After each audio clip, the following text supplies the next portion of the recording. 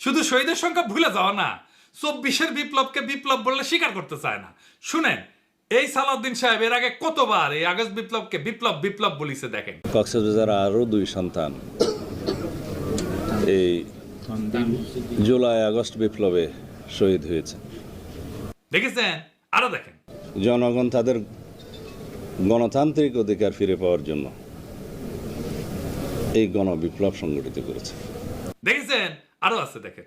পৃথিবীতে একটা নজিরবিহীন ছাত্র জনতার বিপ্লব হয়েছে, সেই বিপ্লবকে পৃথিবীর সামনে দেখিয়ে দিতে হবে এই রক্তাক্ত বিপ্লবের মধ্য দিয়ে। দেখেছেন?